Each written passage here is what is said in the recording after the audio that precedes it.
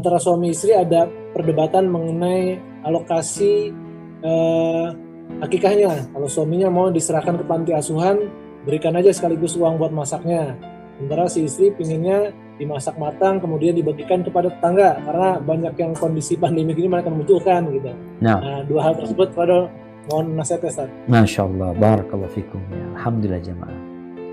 Jadi sejak hijrah ini membumi di Indonesia ya, bahkan di dunia, alhamdulillah akhirnya banyak orang beli kambing jemaah. Jadi ingat sama akikoh ya, dulu dia nggak akikoh, bapaknya nggak akikoh, dia nggak diakikohin karena nggak paham, nggak ngerti. Itu pentingnya ilmu tadi. Jadi apa yang harus dilakukan umpamanya berkaitan dengan akikoh ini? Nabi kita alaihi salatu wassalam mengatakan kullu mauludin marhunun bi aqiqatihi hatta yu'aqqa anhu. Semua yang dilahirkan itu tergadaikan dengan akikahnya sampai disembelih. Jadi tergadaikan. Di sini sebagian ulama mengatakan orang itu walaupun sudah tua tapi belum diakikahin berarti dia masih tergadaikan. Terus gimana? Ya tebus gadai itu dengan seekor kambing. Engkau nih hidup, Masya Allah, udah banyak dapat rezeki, masa seekor kambing kau nggak mampu? Maka tadi ketika ada yang berumur 4 tahun baru punya rezeki, silahkan diakikahin. Akikahin dia. Kalau memang rezekinya sekarang, jangan ditunda-tunda. Tadi kita bicara, berlomba-lomba dalam kebaikan.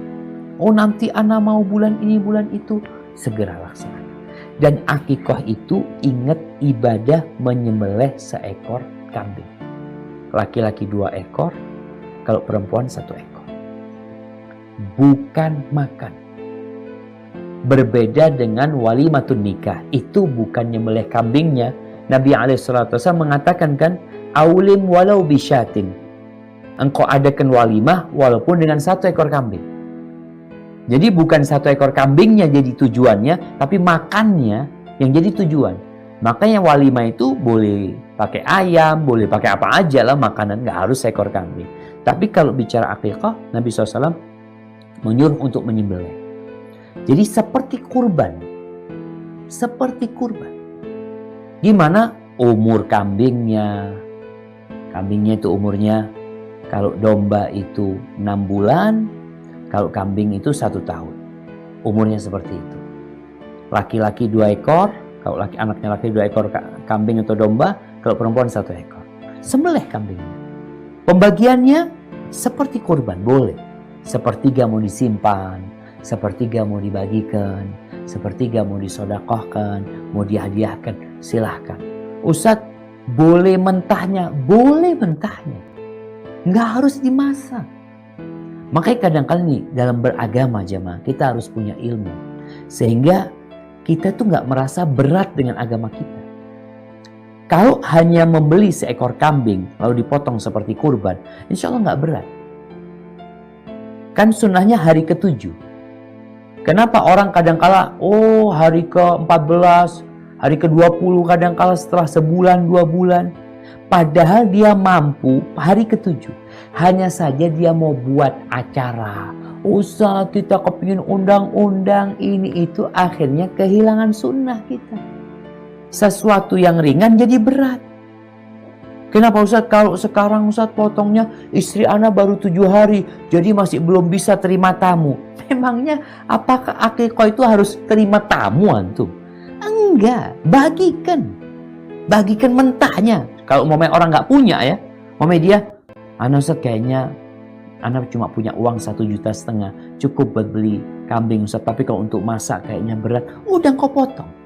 Beli kambing 1,5 juta, potong, Masya Allah, kemudian engkau simpan. Kau simpan buat sebulan paling enggak. Alhamdulillah engkau punya daging. Sebagian yang kau sodakohkan dalam kondisi mentah, iya. Tapi kalau engkau punya rezeki, mau engkau masak silahkan. Para ulama berbeda pendapat antara masak dengan mengundang orang atau masak dibagikan ke orang. Mana yang lebih utama? Kalau nggak salah Anda lihat lebih banyak yang mengatakan lebih utama dibagikan supaya orangnya nggak perlu datang ke rumahmu. Kalau dibagikan kan langsung makan mereka sama keluarganya. Tapi kalau diundang mereka harus datang ini. Ustaz kan anak mau doanya, subhanallah. engkau kirim itu, mereka insya Allah akan makasih dan mendoakan putramu. Itu.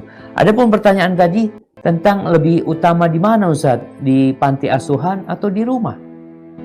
Kalau kita punya tetangga, yang paling berhak mendapatkan kebaikan kita itu orang yang dekat sama kita, kerabat kita, tetangga kita.